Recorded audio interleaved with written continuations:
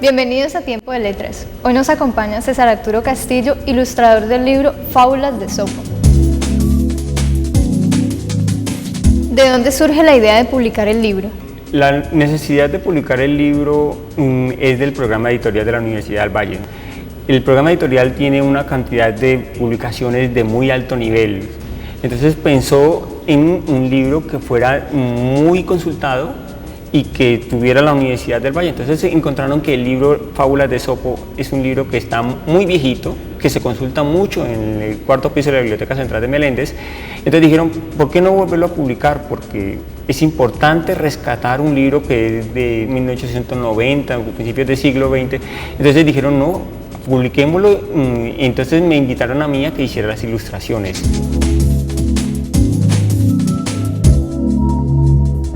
¿Qué es una fábula y qué la caracteriza? Una fábula es una historia corta, generalmente con animales.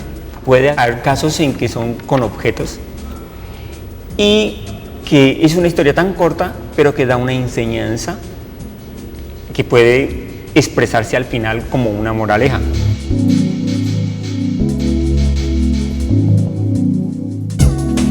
En algunas, por ejemplo, en la fábula china no siempre aparece la moraleja, y en algunas fábulas de Esopo no se ponen las moralejas, porque eso también depende mucho de la versión del tipo de fábula. Entonces, es una historia corta que ejemplifica un problema que se quiere enseñar, como cosas que se deben hacer, cosas que no se deben hacer, cosas con las cuales hay que tener cuidado.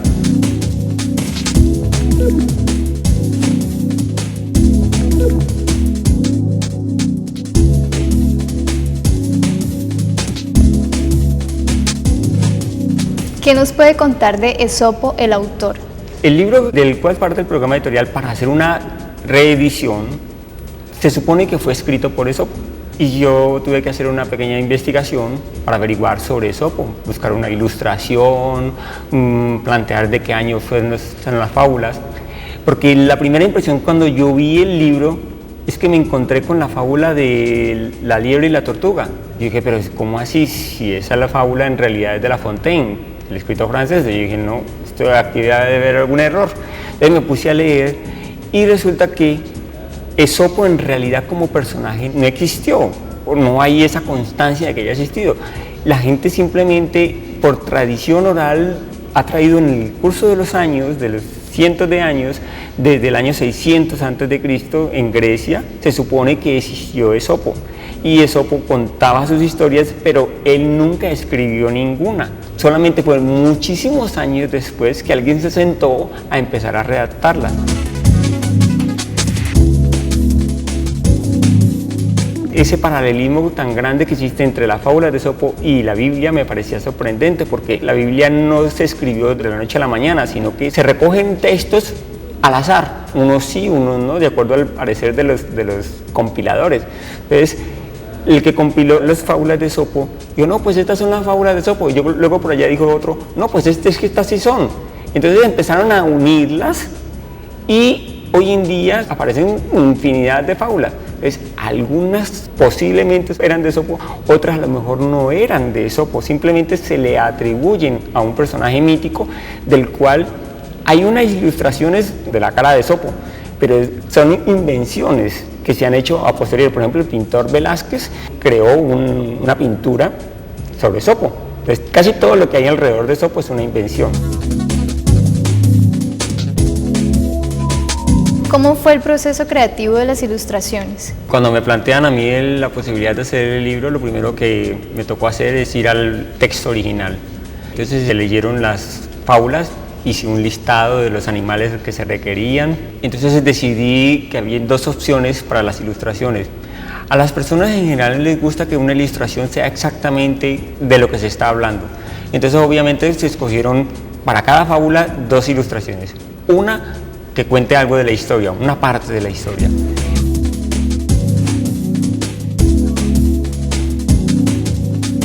Para eso se necesita tener mucho humor. A veces hay que hacer unas ilustraciones muy realistas, otras más de tipo caricaturesco. Y luego, en el otro costado, donde está la fábula, el relato, escogí unas ilustraciones muy abstractas. Entonces, ahí es simplemente jugar con la tinta china. Y luego, cuando se terminó ya el libro, hice casi 212 ilustraciones. Son bastantes ilustraciones que tratan de darle a las historias una mayor alegría.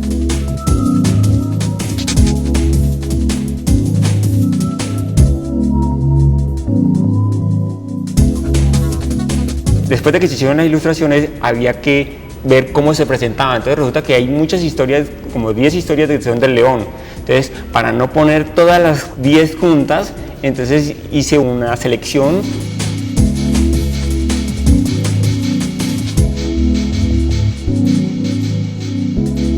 Se publican todas las historias que hay en el libro original, pero se barajan de otra manera para que el lector no se aburra leyendo todas las historias del león primero y después todas las historias del cuervo. Entonces se barajan de una manera que hagan el texto más agradable.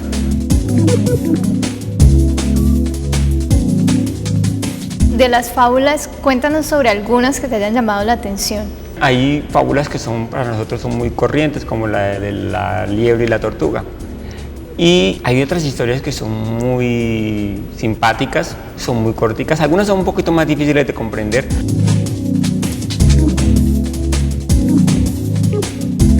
Te cuento, por ejemplo, la historia de las ranas que querían tener un rey. Me llama mucho la atención y me parece muy graciosa, sobre todo por los procesos electorales en los que estamos. Entonces estaban las ranas en el estanque, estaban un poco aburridas porque no tenía nadie quien les dijera lo que había que hacer, y entonces le dijeron al dios Júpiter: Dios, por favor, mándenos un rey. Que le dice Júpiter: ¿están seguros? Entonces las ranas dijeron: bueno, sí, necesitamos un rey para saber qué es lo que tenemos que hacer. Entonces Júpiter les mandó un tronco, y pues cayó pues el tronco a la laguna, y las ranas todas asustadas empezaron a acercarse y miraron que era un tronco. Entonces subieron al tronco y le dieron vueltas y: este reino no sirve para nada, Júpiter, por favor, mándenos otro rey. Y pues bueno, pues está bien. Entonces Júpiter lo que le resolvió fue mandarles una cigüeña, y la cigüeña lo que hizo fue empezar a tragarse las ranas. Y le dijo: pero Júpiter, ¿cómo es esto? Entonces dije: no, la moraleja, tienen que saber qué es lo que se pide. Si vas a pedir algo, piensa las consecuencias. Me parece muy contemporáneo la historia. Hay otras historias, por ejemplo, la del carnero y el carnicero. Esas son historias que recuerdan mucho a Bertolt Brecht. Pues Bertolt Brecht dice en un pasaje por ahí, un poema, dice que empezaron a matar a los judíos, y como yo no era judío, pues que los maten. Y luego dice, empezaron a matar a los comunistas en Alemania, entonces pues, como yo no soy comunista, pues que los maten. Cuando llegaron por él, ya era muy tarde porque ya no había con quién defenderse. Entonces en la fábula de Esopo, la historia es que los carneros estaban pues encerrados, y cada día el carnicero iba matando una por una. Y entonces cuando ya le tocó a la última, hombre, nos hubiéramos puesto de acuerdo juntos al principio, no nos había matado a todos.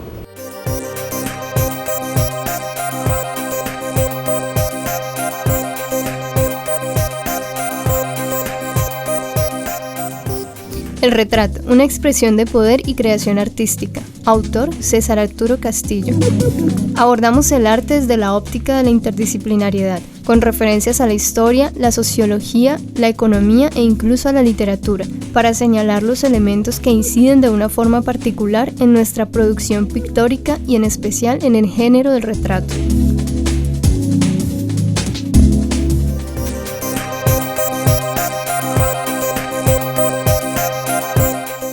Libros de medicina, matemáticas, química y todas las ciencias. Libros de historia, sociología, música, pintura y las otras artes y humanidades, además de novela, poesía, cuento y todos los géneros literarios. En la editorial de la Universidad del Valle encuentras todo el conocimiento que necesitas.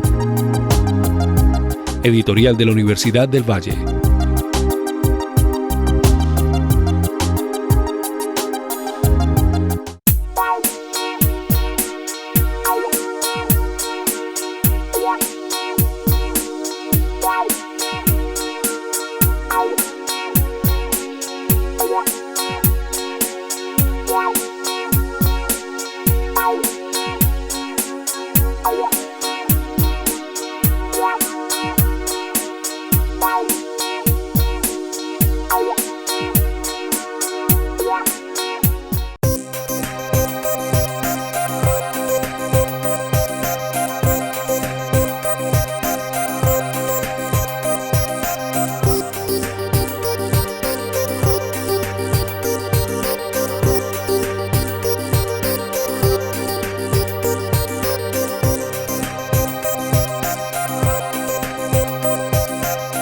Tiempo de Letras, viernes 9:30 p.m., domingos 8 p.m.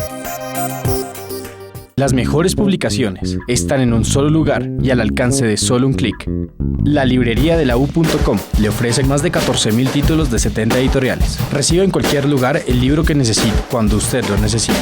La librería de la U.com. Libros de medicina, matemáticas, química y todas las ciencias. Libros de historia, sociología, música, pintura y las otras artes y humanidades, además de novela, poesía, cuento y todos los géneros literarios. En la editorial de la Universidad del Valle encuentras todo el conocimiento que necesitas. Editorial de la Universidad del Valle.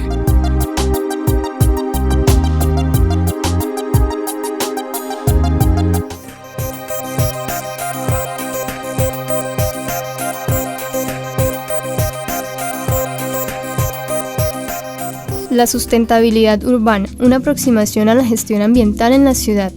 Autor Osvaldo López Bernal. Este libro está dirigido a toda aquella persona que tenga interés y preocupación por los problemas ambientales que aquejan la ciudad, principalmente a los tomadores de decisiones, tanto políticos como técnicos, que se centran en la gestión ambiental y la planeación urbana, en busca de elevar los estándares de sustentabilidad en la ciudad.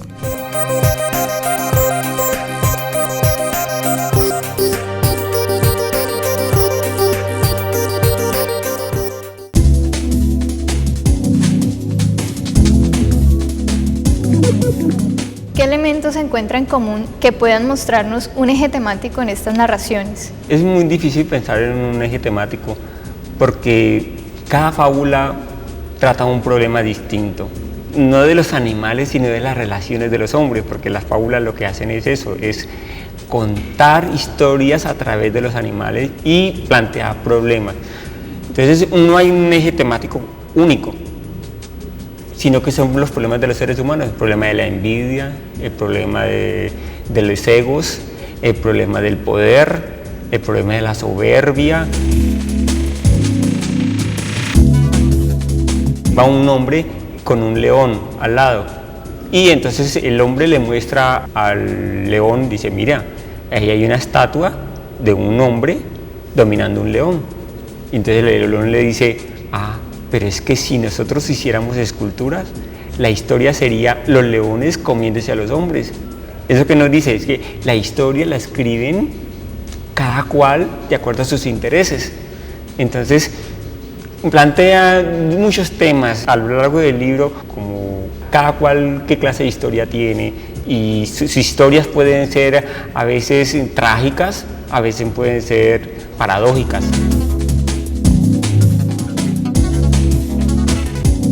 Las fábulas se supone que son para los niños, ¿sí? Pero yo, por lo que entendí, las fábulas eran historias que se contaban en un momento en que la civilización no tenía radio, prensa, televisión. Estamos hablando de la Grecia antigua. O incluso algunas de esas fábulas en realidad tienen su origen en Asiria, ¿sí? Algunas de estas serán de origen más oriental. Que se atribuyan a eso, pues otra cosa. Pero en ese entonces la gente llevaba las historias por tradición oral, entonces no debieron ser únicamente para niños. Son textos que sirven para pretexto y empezar a contar nuestra visión sobre los problemas de la moral, de la ética. Yo he sido profesor de ética y he utilizado otros cuentos, que son cuentos para niños, pero uno los adapta y hace más amena una conversación. Un amigo profesor de geografía las ha utilizado en auditorios muy serios, entre comillas, de especialistas en docencia, las ha utilizado como una forma de empezar a analizar lo que es la docencia y a partir de allí desarrolla todo un discurso frente a los problemas de el ejemplo como práctica pedagógica.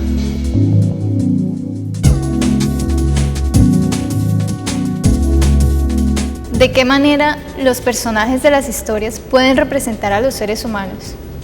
Las historias que se cuentan en Esopo, como casi todas las historias que se puedan contar, ya sean fabulescas o sean historias reales, entre comillas, son versiones que los hombres tienen sobre la realidad. Entonces, las historias que hay en Esopo son historias de los seres humanos, a pesar de que sean contadas con objetos o sean contadas con animales, por una tradición o una forma muy particular del hombre, y es que el hombre siempre trata de volcar su naturaleza en todo. Entonces siempre dice, por ejemplo, qué amanecer tan alegre. Los amaneceres no son alegres, simplemente los seres humanos dotamos a las cosas de acuerdo a nuestro parecer. Cuéntenos acerca de otra fábula y cómo fue el proceso de ilustración. Hay momentos que son de muchísima inspiración. Hubo un fin de semana que hice 40 ilustraciones, desde un viernes en la tarde hasta un lunes en la mañana, 40 ilustraciones. Eso es muchísimo, pero es que es un momento de entusiasmo, y claro, también escogí ilustraciones que fueran muy sencillas, entonces se hicieron 40. Hubo un momento en que yo decía, hombre, ¿cómo hago un gato como distinto? Me encontraba así como en una encrucijada. Entonces le pedí a mi compañera, ¿por qué no me dibujas un gato cualquiera? Como tú te lo imagines. Como no es una dibujante, sino que es un muñequito. Ese es el gato que yo estaba buscando. Entonces, en realidad, los libros no son hechos nunca por una sola persona. Los libros son creaciones colectivas.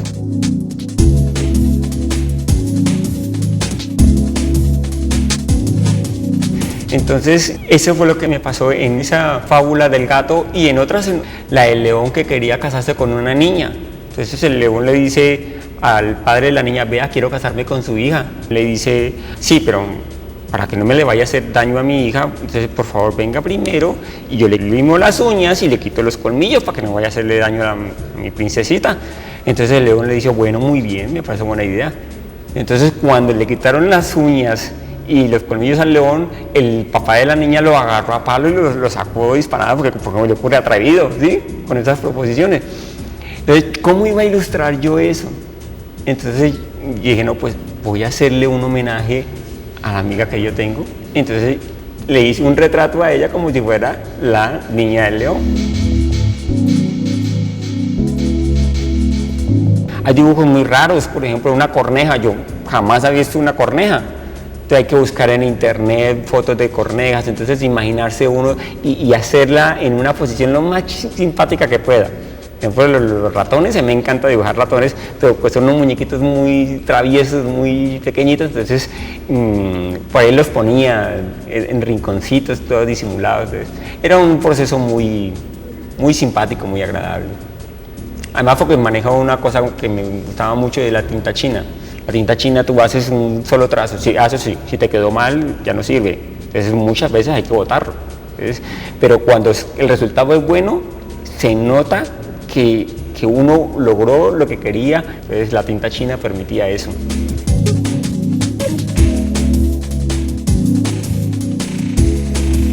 ¿Cómo estas fábulas creadas en el pasado nos permiten ver una realidad en el presente? Es muy sencillo, porque los problemas de los hombres siempre son los mismos.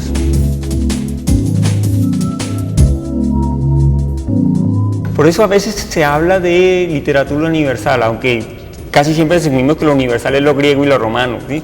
Pero en realidad si tú comparas una fábula de estas de Esopo con una fábula china o una fábula de los guambianos, historias de esas que están en las tradiciones populares, entonces los problemas son los mismos a pesar de tanta tecnología, tanto desarrollo que tenemos, seguimos en las mismas. La vanidad, por ejemplo, que hay en nuestros presidentes, la soberbia.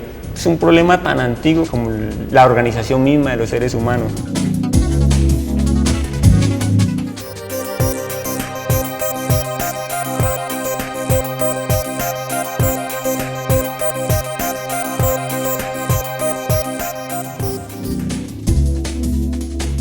Cerco de amor.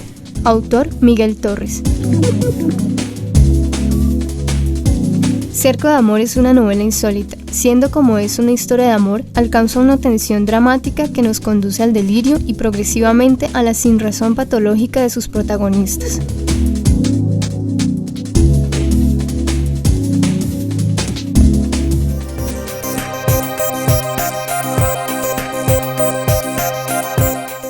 Libros de medicina, matemáticas, química y todas las ciencias.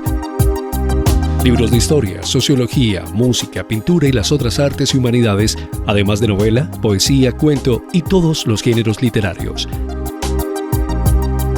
En la editorial de la Universidad del Valle encuentras todo el conocimiento que necesitas.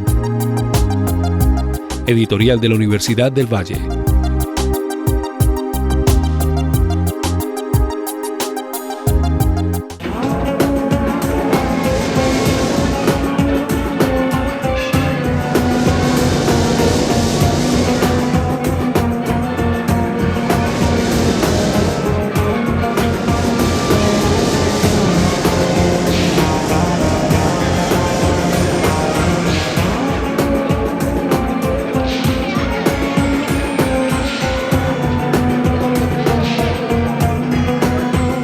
Libros de medicina, matemáticas, química y todas las ciencias. Libros de historia, sociología, música, pintura y las otras artes y humanidades, además de novela, poesía, cuento y todos los géneros literarios. En la editorial de la Universidad del Valle encuentras todo el conocimiento que necesitas. Editorial de la Universidad del Valle.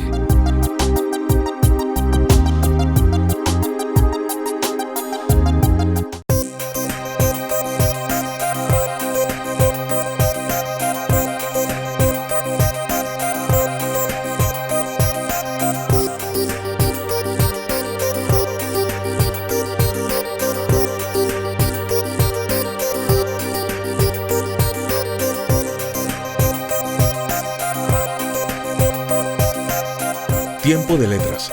Viernes 9:30 p.m. Domingos 8 p.m. Las mejores publicaciones están en un solo lugar y al alcance de solo un clic.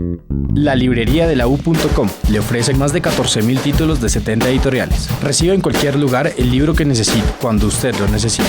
La librería de la U.com. Libros de medicina, matemáticas, química y todas las ciencias. Libros de historia, sociología, música, pintura y las otras artes y humanidades, además de novela, poesía, cuento y todos los géneros literarios. En la editorial de la Universidad del Valle encuentras todo el conocimiento que necesitas. Editorial de la Universidad del Valle.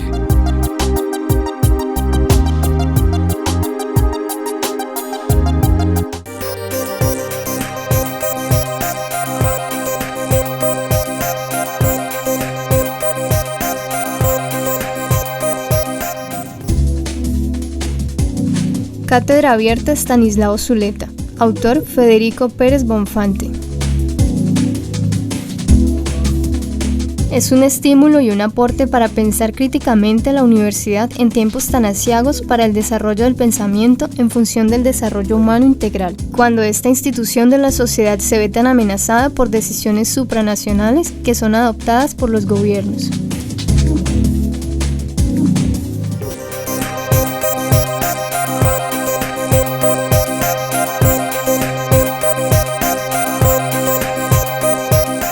Yo soy historiador, licenciado, magíster y estudiante de doctorado de la Universidad Carlos III de Madrid, y también he sido pintor y diseñador de varios libros.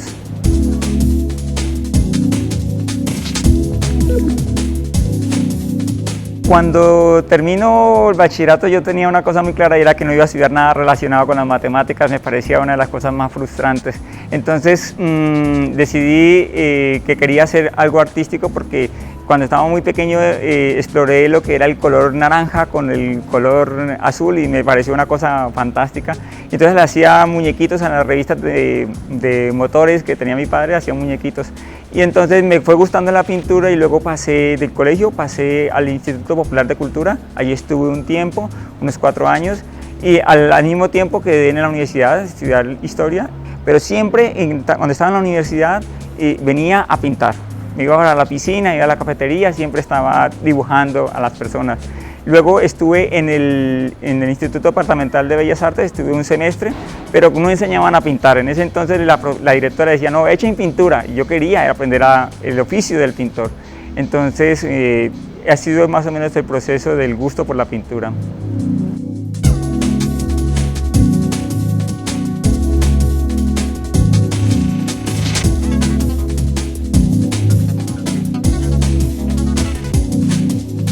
Todavía tengo alguna del año 79, témpera en cartulina, un bodegón. Fue una invención que hice a partir de una tarjeta postal. Entonces, lo más parecido que uno puede decir que esta fue mi primera pintura, pero el resto es muy difícil porque uno siempre está haciendo una cosa y haciendo la otra. Me gusta mucho la tinta china, con el cual hago la ilustración del libro de Esopo, y me gusta el acrílico mezclado con el collage, hacer composiciones de collage mezclando pintura, y también trabajo tinta china al mismo tiempo. Entonces me gusta mucho por la libertad que permite la técnica mixta.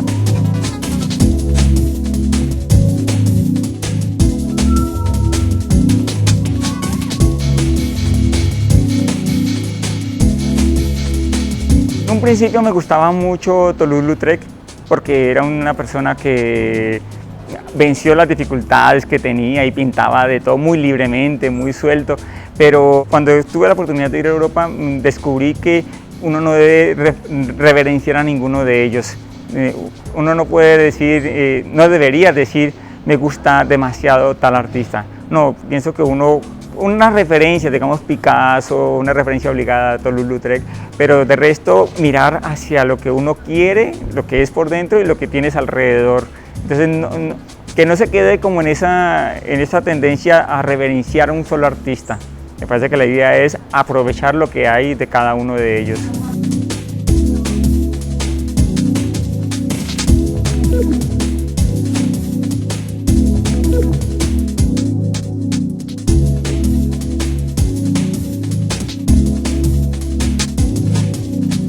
A mí me gusta mucho la historia del siglo XX. Me gusta mucho, es porque es la combinación ya, la aplicación de la historia con la influencia de la ciencia y la tecnología que es tan definitiva en el mundo de hoy. Me gusta mucho el siglo XX porque el siglo XX determina mucho lo que somos hoy.